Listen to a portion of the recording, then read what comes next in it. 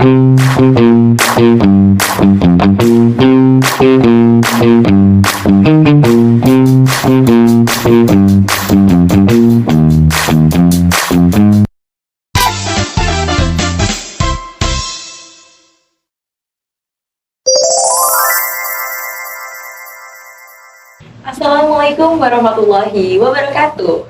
Halo Soyanakers, selamat datang di podcast kita hari ini.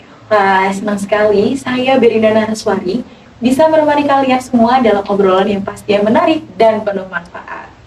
Hari ini kita akan membahas topik yang sangat dekat dengan kehidupan sehari-hari nih Soyanakers, yaitu membangun hubungan yang sehat antara anak dan orang tua dapat mempengaruhi kesehatan mental pada anak. Dan tentunya hari ini kita nggak sendirian aja ya Soyanakers, karena telah hadir bersama kita narasumber spesial, yaitu Dr. Krisna Septiandi untuk SPKJM Biomed. Halo dokter. Halo Kak Berinda. Gimana nih kabarnya dokter? Baik, luar biasa. Oke, boleh disapa dulu Soyanakers? Ya. Halo Soyanakers, perkenalkan nama saya Dr. Krisna Septiandi. Mungkin boleh diperkenalkan lebih dalam, siapa tahu Soyanakers tuh masih belum tahu nih, Dr. Krisna tuh sekarang bekerja di mana, atau bisa diperkenalkan? Ya, perkenalkan sahabat Soyanakers ya. Iya. Nama saya Dr. Krisna Septiandi Runtuh. Saya adalah spesialis kedokteran jiwa dari Rumah Sakit Universitas Brawijaya. Saya juga sembari menjadi calon dosen ya di Fakultas Kedokteran Universitas Brawijaya. Wah, jadi ini mahasiswa kedokteran di Brawijaya mungkin nantinya kalau akan bertemu Dr. Krisna ya. Oke, mungkin Soyanakers sudah kenal ya dengan Dr. Krisna. Jadi sekarang kita sebelum masuk lebih jauh, kita coba kulik dulu ya dokter. Kenapa sih hubungan orang tua dan anak ini bisa punya dampak yang besar terhadap kesehatan mental? Menurut dokter sendiri bagaimana ya? Iya Kak Berinda, jadi hubungan antara anak dan orang tua itu sangat penting karena hubungan yang sehat itu menjadi dasar ketahanan emosional dan psikologis pada anak. Jadi dengan anak itu berinteraksi dengan orang tuanya, dia akan belajar dia akan belajar dan meniru orang tuanya. Oh ternyata ketika orang tuanya misalnya pernah punya problem dari cerita orang tua, nanti dia akan mendapatkan tuh cara menyelesaikan masalah dari orang tuanya. Atau ketika dalam hubungan itu ya, ketika ada konflik pun dia kan belajar, oh ternyata orang tua saya menyelesaikan konflik itu ketika saya berkonflik dengan orang tua saya, ternyata caranya itu begini loh, nggak langsung marah-marah, oh ternyata mendengarkan saya dulu. Ternyata saya divalidasi dan akhirnya ya memang sih saya marah, tapi karena saya divalidasi, saya tahu oh ternyata meskipun saya marah, saya nggak boleh atau nggak bisa dapatkan itu, tapi saya tetap divalidasi kemarahan saya dan saya diarahkan yang benar itu seperti ini. Nah, dari hubungan yang sehat itu terbentuklah ketahanan emosional dan psikologis yang kuat. Oke, gitu ya dok. Jadi hubungan yang tidak sehat itu juga bisa langsung mempengaruhi kondisi psikologis anak ya? Tentu saja, gitu. Boleh diberikan contohnya kayak gimana dok? Kalau boleh tahu. Yang nggak sehat? Iya, nggak sehat. Kalau yang nggak sehat itu kan intinya setiap hubungan yang sehat itu dia itu sifatnya menumbuhkan. Kemudian dia pasti akan membuat kesejahteraan. Ya, kalau bahasanya kita life giving ya, bukan life destroying ya masih ya. Kalau bahasa yang terkenal sekarang toxic gitu ya. Nah, kalau hubungan yang nggak sehat itu biasanya akan menimbulkan perasaan yang negatif lebih banyak, gitu. Dan juga pasti dia akan berkembang, perkembangan psikologisnya juga nggak akan baik gitu. Terus kemudian efeknya juga nanti akan menjadi dalam konflik itu pasti jadinya hubungannya akan lebih rusak gitu ya, antara satu sama lain, antara orang tua dan anak. Itu jadi konflik pasti pinginnya menang-menangan gitu. Bukan konflik yang bertujuan untuk oh ya kita saling paham satu sama lain, terus kemudian ayo kita cari solusi bersama. gitu. Jadi malah akhirnya jadi bentrok gitu ya dok? Jadinya bentrok, dan efeknya kalau hubungannya nggak sehat itu biasanya kan jadinya saling tidak memahami satu sama lain, terus emosinya satu sama lain juga tidak ada saling pengertian antara satu sama lain, dan akhirnya saling tidak tervalidasi satu sama lain.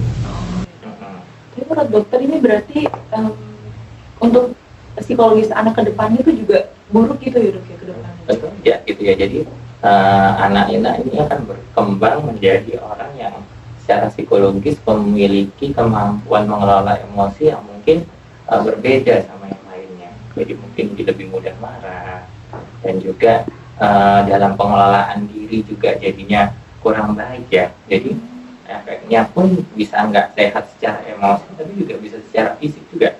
Jadi misalnya secara emosi dia larinya untuk mengelola emosi atau masalahnya, istilahnya coping mekanismenya itu tuh mungkinnya overeating ya, atau emotional eating, makan lebih banyak, rebah-rebahan gitu ya, jadinya kan lebih gemuk tuh. Nah jadinya nggak bisa, jadinya nggak fit gitu. Atau kedua mungkin jadinya anak itu jadinya merokok gitu ya. Cara coping emosinya itu, mengelola emosinya dengan merokok, bisa juga dengan miras gitu ya, atau mungkin kenakalan remaja lain gitu ya, supaya bisa diterima di tempat lain, dia ikut pergaulan yang nggak baik gitu di luar sana. Jadi termasuk kenakalan remaja itu juga bisa pengaruh dari gimana hubungannya sama orang tua. Betul hubungan antar orang tua yang kurang baik. Tapi menurut dokter sendiri tuh, kalau misal hubungan sama orang tua tuh baik-baik aja gitu, tapi ya anaknya tuh bandel gitu, terus melakukan kenakalan remaja tuh mungkin gimana dok ini? Jadi dokter. Kita lihat dulu ya kalau kasus remaja memang agak berbeda, karena kalau anak para remaja, lingkungan paling banyak itu adalah orang tuanya, rumah. Itu mungkin sekitar 70% itu kan di rumah kalau pra remaja. Tapi kalau sudah remaja itu kan rumah tidak menjadi yang utama, tapi kan sekolah itu kan anak akan menghabiskan waktunya sekolah, apalagi anak zaman sekarang itu sekolah bisa sampai jam 5 sore. Iya benar. Kadang 5 sore, 4 sore kan lingkungan terbanyaknya itu adalah di sekolah, peers-nya. Terus kemudian belum lagi kalau dia dileskan gitu ya, pulang malam gitu ya, belum lagi kalau orang tua juga pulangnya malam-malam gitu kan, berarti kan lingkungan terbanyaknya itu kan malah bukan sama mama papanya. Kalau sudah remaja malah banyak ke peers-nya. Nah kalau ini memang lingkungan pertemanannya itu akan sangat berpengaruh ke remaja. Jadi mungkin kayaknya baik-baik aja ya gitu ya. Orang tuanya tapi kok anaknya jadinya kok emosional gini, kok nakal ini tanda kutip ya, itu kan mungkin karena terpengaruh dari lingkungannya, bisa jadi.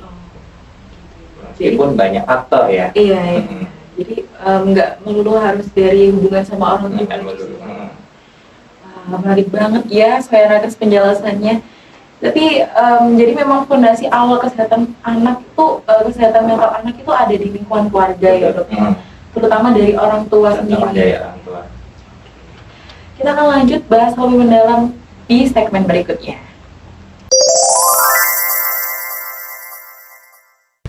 Oke Soyanakers, kita balik lagi nih. Di segmen kedua ini kita akan bahas bagaimana sih cara membangun hubungan sehat antara orang tua dan anaknya. Oke, dok, mungkin bisa dibagikan hal-hal sederhana apa yang bisa dilakukan orang tua sehari-harinya untuk menciptakan komunikasi yang sehat dengan anaknya? Ini pertanyaan yang menarik ya, untuk menciptakan hubungan yang sehat buat antara orang tua dan anak.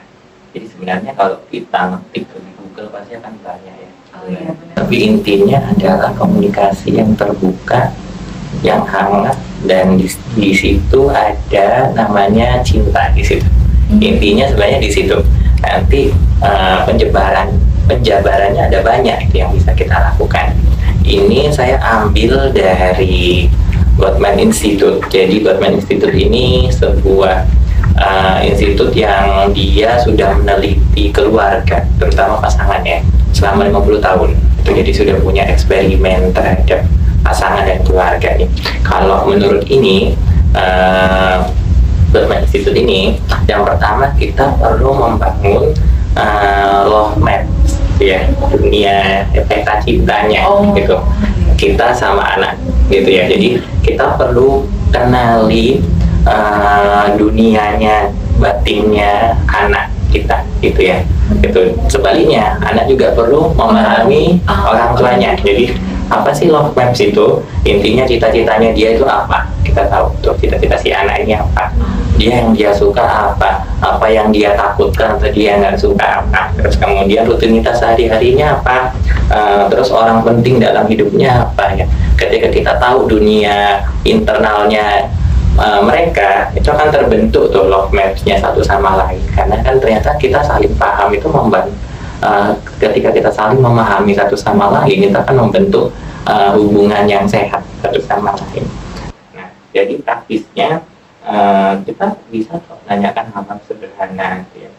Hari ini kok kamu senang gitu ya, gitu, apa tuh yang bikin kamu senang hari ini? Jadi pertanyaan sederhana seperti itu. Nah, lalu kedua, bisa kita membangun ini ya, apa, fondness and admiration. Fondness and admiration itu kekaguman dan rasa hormat. Jadi kita fokus pada hal positif pada anak kita dan ucapkan terima kasih dan apresiasi gitu.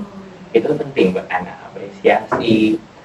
Jadi misalnya kayak dia sudah melakukan hal yang baik gitu kan, misalnya dia datang, wah kok aku cuma dapat 80, padahal dia takut dimarahin gitu kali ya. Kita perlu menghargai dulu gitu ya. Misalnya, oh kamu dapat 80, selamat ya gitu. Terus apa tuh membuat kamu takut? Ya kan nggak dapat 90, nggak dapat 100 gitu ya. Nggak bisa maksimal. Iya, nggak bisa maksimal ya. Ya kan yang penting kamu sudah coba. Kira-kira yang bikin nggak bisa 100 itu apa? Nah, dia kan cerita tuh. Jadi nanti bisa cari solusi bareng-bareng gitu Bisa, ya. meskipun sebenarnya 80 juga bagus ya, tergantung kitanya ya. Iya, Akan berbeda kalau misalnya kok cuma 80, itu kurang kali gitu ya. Iya, benar sekali itu dok. kan membuat anak itu menjadi tidak tervalidasi gitu kan. Dan akhirnya dia akan jadi minder gitu kan, dengan jadi saya kurang terus gitu. Nah itu akan membentuk seperti itu sampai dewasa gitu. Berarti lewat padahal nggak apa ya, salah kata dikit itu bisa bikin anak. Bisa, terutama kalau itu berulang. Kadang kan kita nggak sadar tuh sebagai orang tua, kayak oh 90, oh oke, tingkatkan lagi. Nanti mungkin anak bisa ngerasa kayak oh nggak apresiasi 90 itu ya bagus loh gitu. Berarti bagus itu 100 gitu. Begitu 100 pun ternyata oh bagus, pertahankan, nggak ada apresiasi yang dia harapkan, sehingga dia akan ngerasa kayak ya kalau aku pengen dipuji atau dibaikin harus perfect, sangat perfect, kasihan kan suatu saat. Jadi perfeksionisme gitu kan, yang negatif gitu ya, bukan menjadi orang yang lebih hati-hati, lebih melakukan yang terbaik. Beda ya, orang yang dia orang yang melakukan terbaik versus yang perfeksionisme yang negatif, itu sangat berbeda. Okay. Terus mungkin ini juga ya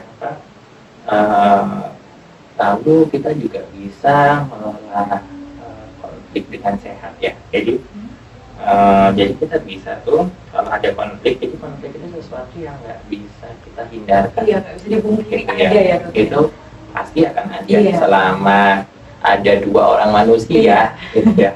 Pasti konflik karena kan orangnya beda. Iya. Tapi ketika konflik, yang penting itu bukan tidak ada konfliknya, tidak akan mungkin terjadi. Tapi ketika konflik itu gimana caranya supaya kita tuh bisa saling paham satu sama lain. Gitu. Meskipun ada tipe konflik nggak bisa diselesaikan, itu ada konflik yang bisa diselesaikan. Nah, yang penting adalah dua-duanya saling paham dan juga saling belajar dari konflik itu. Nah, ketika budaya mengelola konflik itu sehat gitu ya, jadi misalnya saling mendengarkan bersama lain gitu kan, terus habis itu akhirnya kita paham maksud satu sama lain dan terus kita mencari solusinya gimana sih bersama, kita cari jalan tengah kalau misalnya ini memang nggak bisa diselesaikan bersama gitu ya, yang memang harus ada jalan tengahnya atau mana yang harus agak ngalah. Nah disitulah peran hubungan yang sehat itu, terus satu saling terus juga mendukung impian satu sama lain. Nah itu juga penting tuh. Jadi ya kita masih punya impian, orang tua punya impian, anak punya impian, kita mendukung impian satu sama lain gitu ya. Anak itu juga punya impian sendiri. Jangan lupa, jadi anak itu bukan kepanjangan impian orang tuanya. Jadi kadang mungkin sebagai orang tua mungkin dulu ada cita-cita masa kecil yang tidak terwujudkan. Iya benar. Sehingga anak itu dipaksa gitu, untuk memenuhi cita-citanya dulu yang tidak terwujud gitu. Jadi misalnya bapak saya gitu kan, ini contoh aja, bapak saya pengen jadi dokter tapi nggak bisa jadi dokter, terus anaknya disuruh jadi dokter gitu. Kebetulan memang saya pengen jadi dokter gitu, dan orang tua saya pengen jadi dokter tapi dulu nggak bisa, nggak punya uang gitu ya.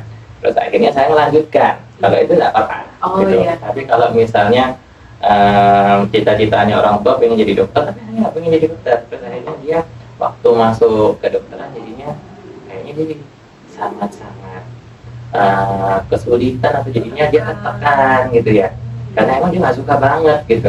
Ada yang kayak gitu ya.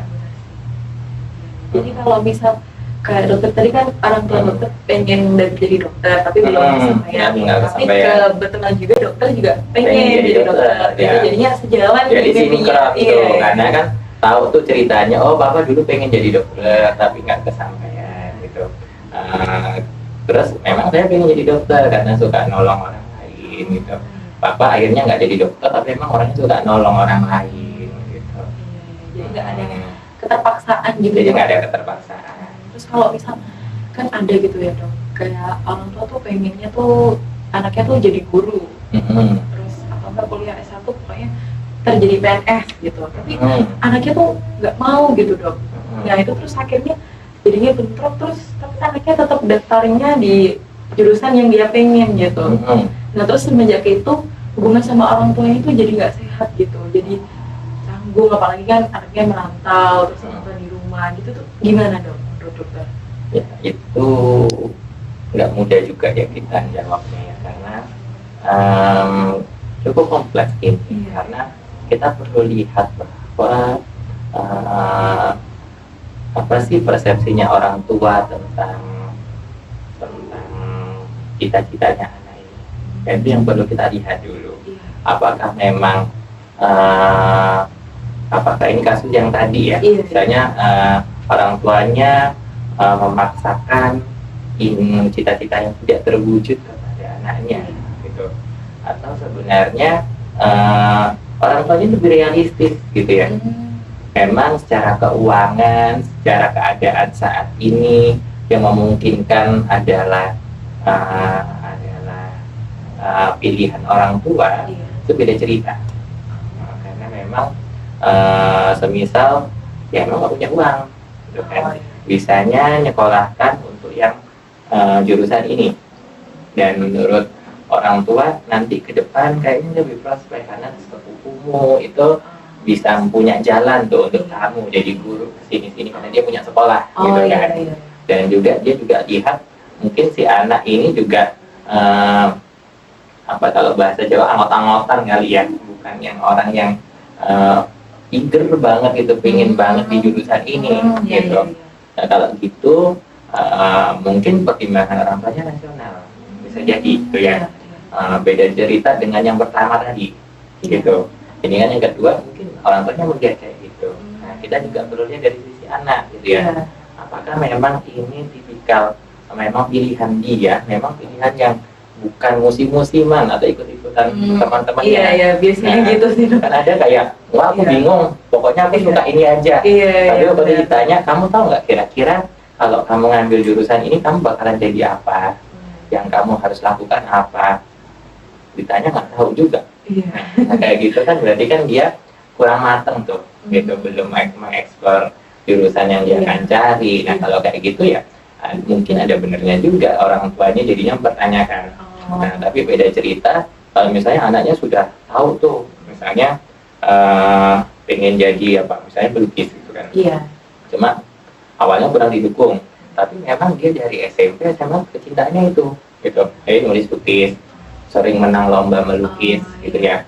Terus punya bakat di bidang itu. Terus habis itu dia juga sudah tahu jurusannya. Terus dia udah tahu kalau kerja melukis itu pasti kan bertanya orang tua, nanti kamu mau kerja apa gitu. Iya, kan. benar. Dia sudah riset tuh, gitu kan. Sudah riset duluan, nyari info ke universitas. Oh ternyata iya kok aku nanti mau pergi ke luar negeri gitu, dan kesempatannya ada gitu kan. Terus tiap ini bisa dijual ini, aku sudah ketemu ke pelukis ini, ke seniman ini, jadinya mereka itu ternyata dapat uangnya dari cara ini gitu. Nah, itu kan cukup matang ya. Iya, iya. Nah, Jadi orang tua ikut yakin gitu ya, Dok. yakin. Jadi kita perlu melihat dulu dari dua-duanya. Dari dua Gitu. sisinya, dari orang tuanya juga dari anaknya. Kalau misalnya jadinya nggak baik, nah memang ujung-ujungnya memang perlu kita konseling kali ya, itu konseling keluarga gitu ya misalnya. Jadi kita bawa mereka, terus nanti konfliknya ini kita coba kita jembatani.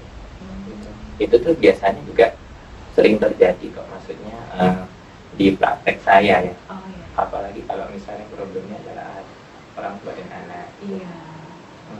Soalnya mereka antara anak sama orang tua tuh masih belum paham satu sama lain. Iya, gitu, karena ya. itu ya problemnya. Jadi pemahaman itu tuh penting ya. Jadi kita tadi ya memahami apa sih yang anak kita mau, orang tua juga perlu seperti itu.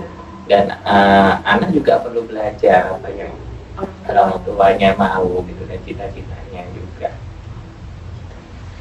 Lalu bagaimana ya Dok ya cara orang tua menunjukkan kasih sayang tanpa membuat anak tuh merasa dikekang gitu? Karena kan tadi dokter udah ngasih tahu ke kita ya supaya nakers kalau cara-caranya tadi kan bikin love map juga gitu. Ada tuh anak yang ngerasa tuh kayak aku dimanja banget gitu, kok aku terlalu disayang terus terlalu dikekang gitu kan, ada ya Dok ya yang ngerasa kayak gitu. Itu menurut dokter tuh ada nggak sih cara yang anak tuh nggak bisa apa ya, nggak bisa mikir kayak gitu, jadi kayak merasa oh ya ini karena emang pure orang tua tuh sayang sama aku gitu. Ya. Jadi dalam hubungan itu, terutama kalau kita ngomong dari kacamatanya parenting ya, antara kasih sayang loh sama kontrol itu perlu sama-sama seimbang gitu. Jadi kalau kasih sayang kita ngomong, kita memberikan kebutuhannya dia secara emosional, secara fisik gitu ya, yang kita memberikan yang baik untuk perkembangannya dia, bukan semua kebutuhannya. Itu juga akan jadi nggak baik ya kalau misalnya semua keinginannya kita kasih ya, bukan kebutuhannya. Oh gitu. Ya beda ya, keinginan sama kebutuhan beda ya, gitu kan. Jadi misalnya anak, saya pengen butuh laptop gitu kan, untuk apa gitu kan. Oh laptopnya memang dipakai untuk pelajari Microsoft Office dan apa, dan karena memang itu ada pelajaran itu di sekolah. Iya. Gitu. Nah berarti kan itu dibutuhkan untuk dia belajar. Iya. Gitu. Tapi kalau misalnya aku maunya yang gaming yang harga 30 juta gitu, buat apa ya? Karena aku pengen main game, teman-temanku semua kayak gitu, yang kayak nah itu kan bukan kebutuhan lagi. Iya, betul, gitu. Nah kalau kita ngomong tentang kasih love itu berarti kita kasih kebutuhannya gitu, bukan keinginannya gitu ya. Berarti kalau orang tua misal kayak tadi ya Dok ya, pengennya tuh laptop yang spek buat gaming gitu, terus orang tua tuh nggak ngasihnya ya udah laptop biasa. Karena kan anak merasa kayak orang tua nggak sayang sama kita, padahal enggak ya. Padahal belum tentu, siapa tahu emang orang tuanya kemampuan finansialnya nggak sekuat itu. Laptop ini kan mahal banget ya, gitu kan. Ada yang sampai 20, 30, udah nggak mobil gitu ya. Nah, ya itu bedanya ya. Terus kedua, selain cinta tadi kan harus orang tua juga perlu ngasih kontrol yang baik gitu ya. Kontrol itu ngomong tentang kita ngasih lah apa yang namanya tanggung jawab gitu ya, dan batasan-batasan. Kan ya nggak mungkin ya kalau kita sayang anak kita dibiarkan ke jurang. Iya, Kita benar. lari gitu kan, dia lari-lari kan enak ya gitu kan, Iya, tapi benar. lari-lari ke atas itu jurang, masuk gitu ya. Nah, orang tua yang baik dia harus bisa memberikan kontrol yang baik gitu. Misalnya nih anak itu salah, ya kita harus ngomong kalau dia salah gitu. Tapi dengan nada yang Nah, biasanya kan itu ada, ya, tapi gitu kan. biasanya kalau Oh, ada orang kayak kamu tuh salah, kamu kayak gini-gini gitu, terus anak itu malah tertekan gitu dok. kalau Nah, itu salah kita gimana harus itu, Dok? bilang salah. Iya. Karena terutama kalau anaknya itu nggak paham bahwa dia itu salah Oh iya. gitu. Iya. Misalnya mencuri, maka kita bilang Iya. nggak apa-apa tuh. Iya. Iya. Itu coba nanti besarnya jadi kayak apa Iya tuh sih, anak, Dok. kita kan serem tuh. Atau misalnya anak ini dibiasakan misalnya ketika dia memukul orang gitu ya. Misalnya dia punya mbak nih gitu, asisten rumah tangga, Iya. biasa dipukul ya gitu kan, tapi orangnya biarin gitu. Oke, di rumahnya dia nggak apa-apa gitu ya, tapi begitu nanti dia di masyarakat, karena mungkin dia biarin tuh Iya. gitu, di masyarakat dia nabok orang, ditabok sama orang itu, Oh, baru dia oke. belajar tuh bahwa oh ternyata ditabok itu nggak enak. Iya. Ditaboknya ketika di Di luar. luar gitu. Nah di situ nanti dia belajar tuh, maksudnya belajarnya telat kan, Iya. sudah Benar. dipukulnya, ditaboknya sama orang di luar Iya. sana ya Iya. gitu. Karena itu dari awal kita perlu tahu tuh, kita ngajarin itu nggak baik gitu. Kita perlu menghargai orang, siapapun orang itu gitu. Mau dia asisten rumah tangga, mau dia siapapun, Iya. orang itu wajib dihargai satu sama lain. Nah dari itu kan dia belajar, meskipun misalnya dia nangis tuh kan, Iya, iya. tapi dia perlu, karena dia perlu menyesal yang baik kan gitu kan. Dia tahu itu salah, yang namanya mukul salah, Iya. membentak orang salah, nggak menghargai orang salah, itu yang perlu. Iya. Kalau dibiarin atau tuh bisa kayak gimana. Oh, jadi nggak baik juga ya dok, kalau untuk dibaik-baikin tuh nggak baik juga ya dok. Kita lihat konteks gitu ya. Oh iya. Iya, Gitu, benar. bukan berarti kita nggak boleh marah gitu. Parenting yang baik itu bukan berarti nggak ada marahnya, Iya. enggak. Justru kan anak belajar dari situ tuh. Semua anak itu belajar dari konflik gitu. Jadi dia tahu oh ternyata kalau marah orang tuaku itu kayak gini loh. Orang tuaku kalau dia marah nggak sampai lempar-lempar barang, dia negur aku karena dia negur aku melakukan yang baik gitu. Begitu dia besar dia kan tahu gitu kan. Kalau emang itu salah gitu, Mm-mm. ini bener salahnya udah tahu Mm-mm. gitu ya dok ya. Betul gitu. Iya. Oke. Selanjutnya nih dok, adakah peran konsistensi pola asuh dalam membentuk kepercayaan anak? Peran konsistensi ya jelas gitu ya. Jadi ketika konsistensi perilaku ya atau parenting itu akan membentuk kepribadian anak itu. Gitu. Jadi memang orang tua ini kan dia akan memberikan identitas. Iya. Nah, anaknya jadi anak itu akan menginternalisasi atau menyerap gitu ya. Oh. Menyerap identitas itu dari apa yang dilakukan oleh orang tuanya. Jadi lingkungan rumah dia akan menyerap itu dari lingkungan rumahnya awal-awal. Identitasnya dia akan terbentuk dari situ. Jadi ketika konsisten, orang tuanya konsisten, nah dia itu akan dia akan punya kepribadian juga akan kuat gitu ya, dan konsisten seperti itu. Tapi kalau orang tuanya tidak dapat diprediksi gitu ya, Iya. tidak konsisten, anaknya akan bingung. Iya, kok gini, tadinya gini, terus kok sekarang jadi gini gitu ya. Jadi hidupnya akan bingung terus gitu. Jadi besar kepribadian juga akan terbentuk kepribadian yang tidak kohesif ya, kalau bahasanya kami ya, itu tidak kohesif, yang dia diffuse itu kayak nggak kurang jelas gitu loh. Gitu, Iya. polanya ini kemana, merah ya nggak merah, biru ya nggak biru Nggak gitu jelas ya. gitu. Itu banyak terjadi saat ini. Jadi ternyata komunikasi dua arah dan juga sikap konsisten dari orang tua itu juga punya peran penting banget ya dok ya. Penting banget. Gimana nih Soyanakers? Jadi ini tuh bisa jadi inspirasi ya buat para Soyanakers, komunikasi antara orang tua, anak, dan juga konsistensi dari orang tua sendiri ya dok ya.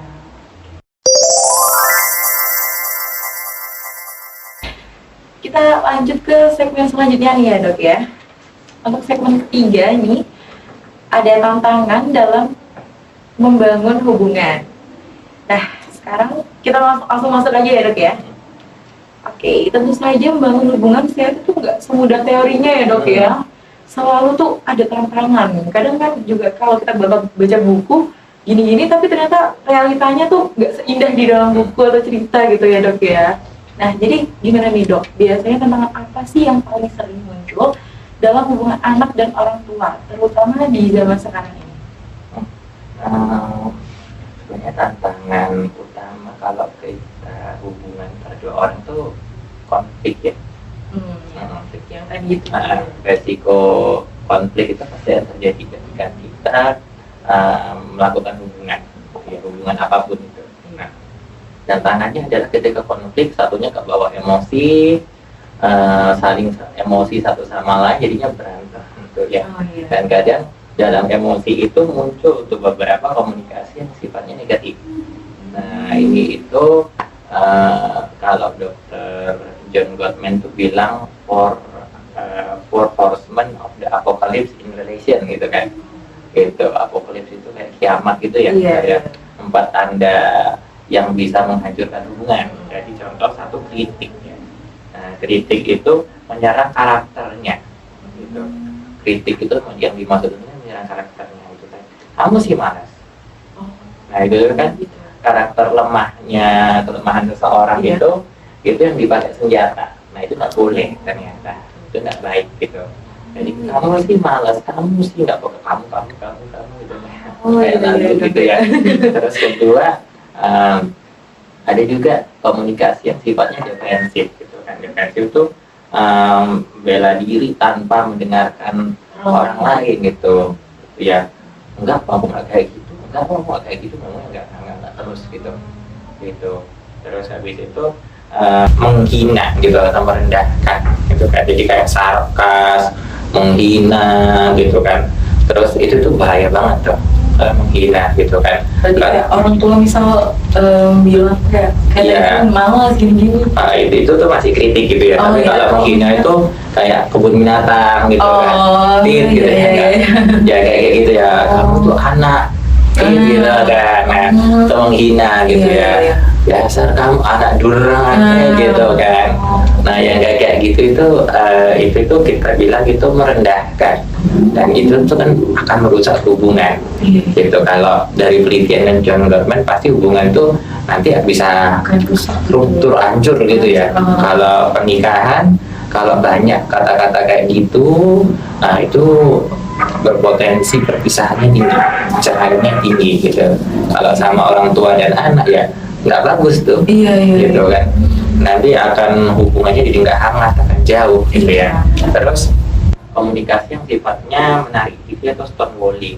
Stonewalling itu bener-bener kita tuh udah nggak merenten banget, kita sudah sampai gitu sampai diem, jadi dia ngomong gitu kan, udah kayak udah nggak mau dengerin lagi. Nah, itu juga ternyata itu lebih parah lagi. Jadi kan biasanya ada orang tua yang ngomelin kita, nawarin kita gini kasih nasihat, tapi anaknya kayak diem, tapi diemnya tuh nggak dengerin, tapi lebih ke arah kayak udah nggak peduli lagi gitu, stonewalling gitu namanya. Jadi kayak membentuk tembok gitu ya.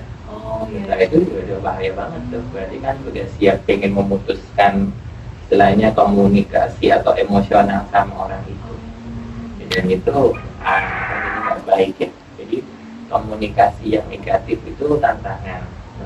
Terus juga mengelola emosi tadi itu ya, gitu ya. Mungkin orang tua kesamber tuh masa lalunya gitu kan. Masa lalunya kesamber dulu waktu kecil, sering merasa tidak dihargai gitu kan.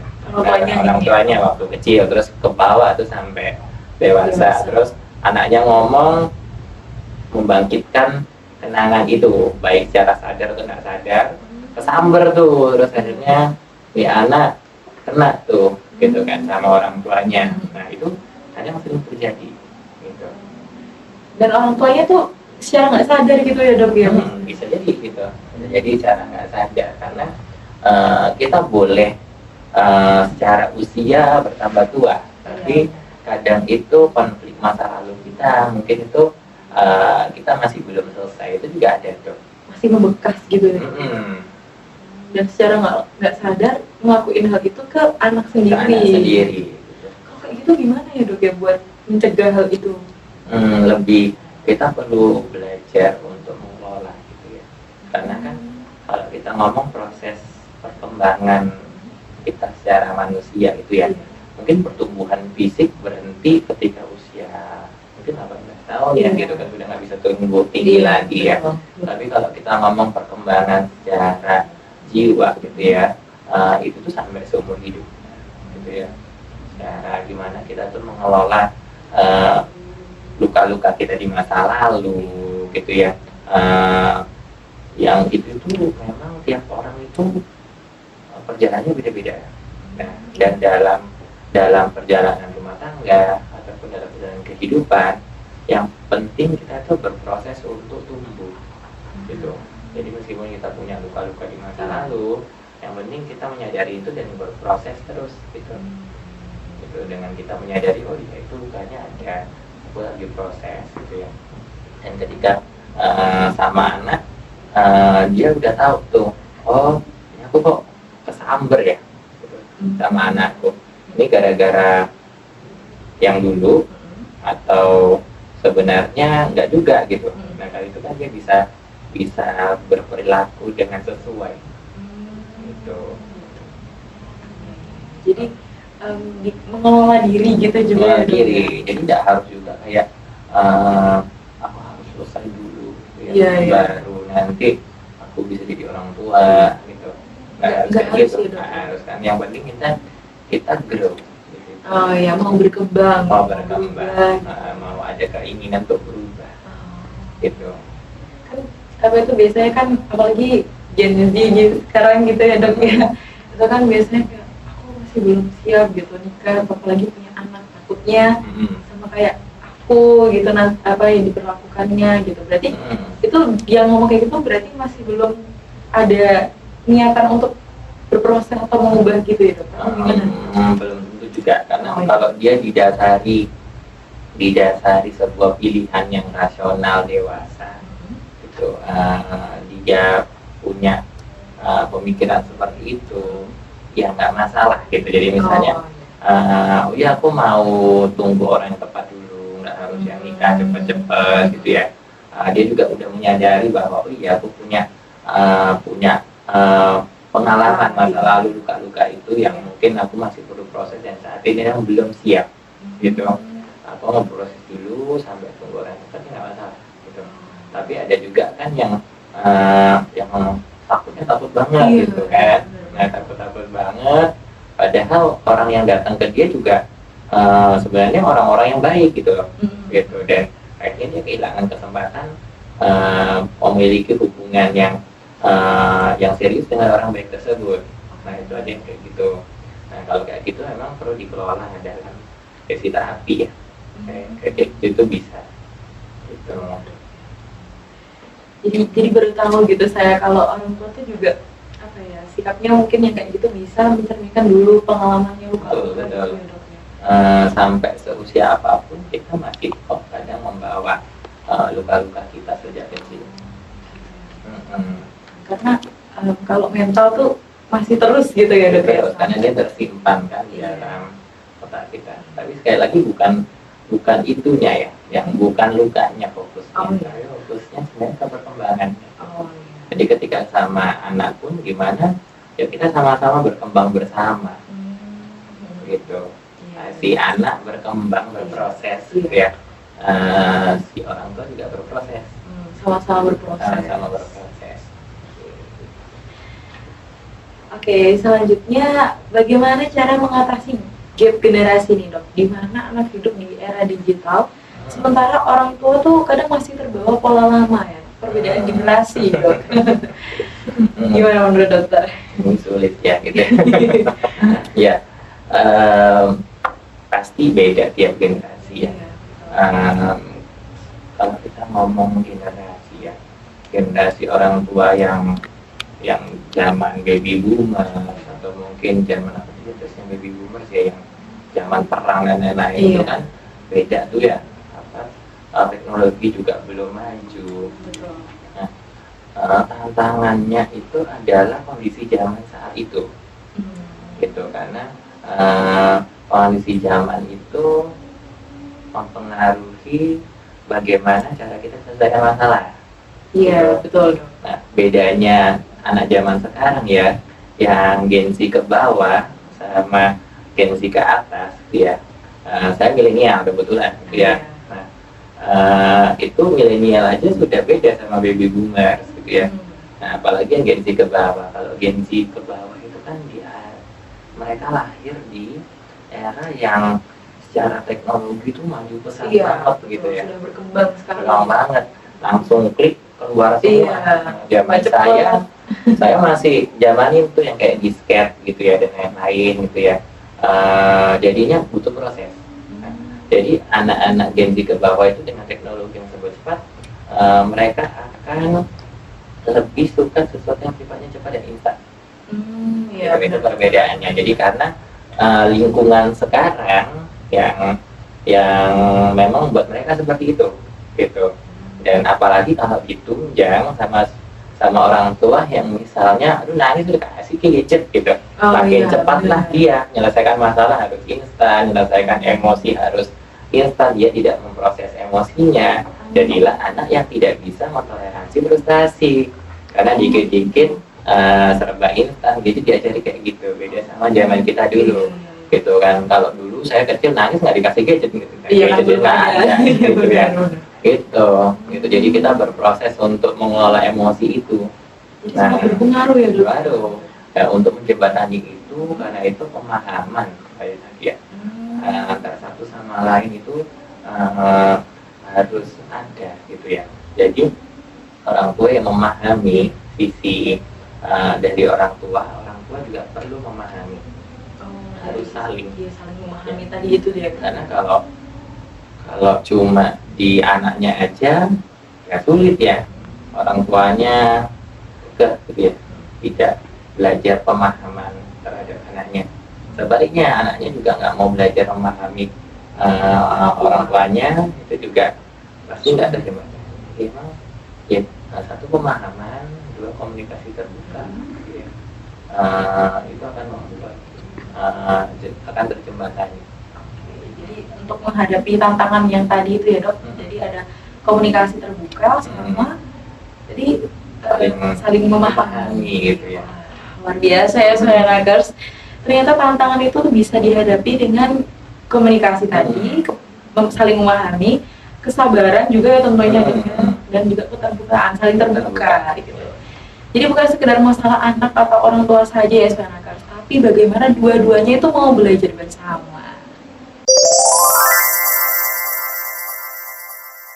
Oke, halo Soyanagers, kita balik lagi nih. Udah segmen keempat aja nih ya kita. Tetap bersama Dr. Krisna ini. Oke, di segmen keempat ini kita akan coba gali tips dan strategi praktis untuk orang tua agar bisa menjaga hubungan sehat dengan anak ya dok ya. Oke, adakah tips komunikasi yang simpel tapi efektif untuk orang tua di rumah nih dok, buat anak? Untuk satu, kita perlu membuat komunikasi yang terbuka. Iya.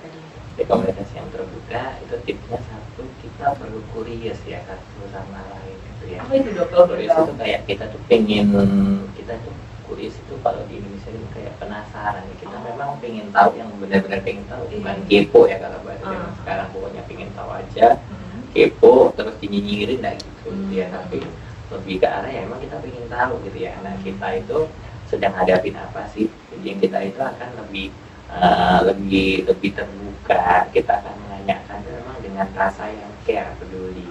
Kalau kita care, curious gitu ya, itu nanti pasti kita nanya itu berdasarkan rasa sayang.